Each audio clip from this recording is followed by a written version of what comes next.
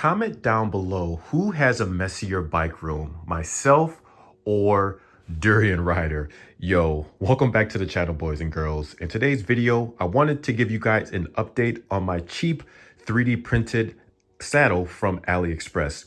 Now, the reason why I want to make this video is because now that I've used it for about a year and a half, I have received a lot of inquiries lately asking about the quality, the durability, due to the inherent nature of 3D printed saddles. So my initial video on the saddle was about a year and a half ago, and believe it or not, that video is one of my most viewed videos ever on my channel. Can you imagine that? I've been making videos for 5 years and I've done everything from affordable Chinese wheels to expensive frames like the Tarmac SL8, but yet still this is one of the most popular videos on here. And so let's just go over just some of the specs on this really quickly from that video.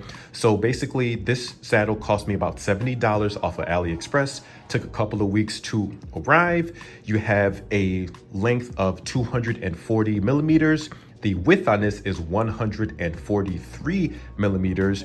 You have 7x9 carbon rails, and then the weight on here is about 199 grams. Now, full disclosure, I don't use this saddle anymore, and I'm going to explain later in this video as to the reasons why. But this particular saddle that I have in my hand, because I actually have 3 copies of this identical saddle, but this particular one in my hand has survived 2 indoor winter seasons on Zwift, and some of those training rides have included 4 to 5 hour long endurance rides on Zwift. So this saddle has really been put through its paces. I've done a lot of miles on here.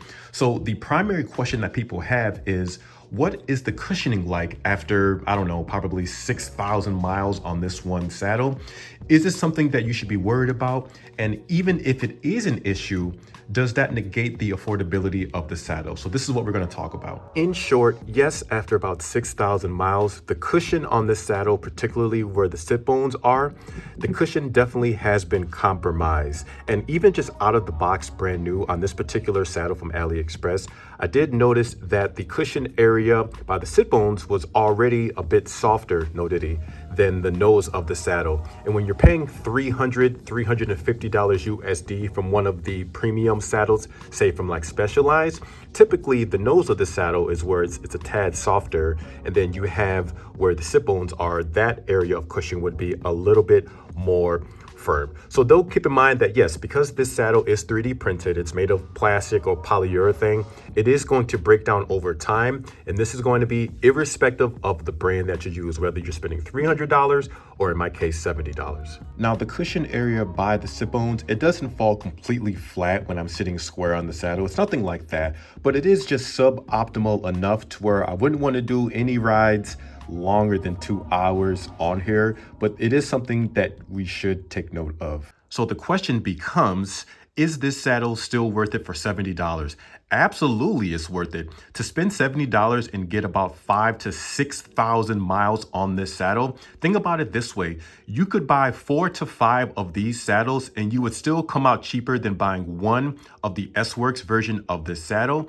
And even though those saddles cost like $350 to maybe $400 USD, there's still no way of guaranteeing that those saddles won't break down over 6,000 miles versus this one. So essentially you could buy like 4 or 5 of these, swap them out once a year. Obviously that's pretty wasteful, but for $70, I have no reasons to not recommend this. And even if you don't do long endurance rides like myself, I can't imagine that this saddle is going to break down any faster, and this should last a very long time. Now, as far as improvements with this $70 saddle, the only thing I would like to see is for this brand or factory to pay a little bit more consideration to the areas of firmness when it comes to the cushions. So I would like the sit bone area's cushion to be significantly more firm than the nose. Again, this is something that the major brands have figured out.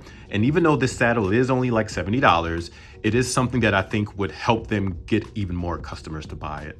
Yes, so for $70 USD, I do recommend this saddle a lot. It's comfortable, it's lightweight, and you should be able to get at least 5,000 miles out of the saddle before the cushion starts to get potentially haywire. But the last point I want to talk about before we wrap this video up is why I basically stopped using this saddle. It has nothing to do with the quality or the fact that it's from AliExpress, no issues with it, but the main reason why, really the only reason, has to do with the width of the saddle. So this saddle is 143 millimeters in width, but over the last 6 to 7 months, I have made some changes to my bike fit overall. So I've moved to shorter cranks. I'm now using 170 from 172.5. I've had to raise my saddle. I've also had to move my saddle back. And because of that, it has exposed some areas in my fit, of which has been resolved by going with a narrow saddle. So this saddle you see right here, and I've done a video on this as well, but this particular one, this is a Sella Italia SLR. It's the Envy version. It's pretty expensive, but it's like 167 grams.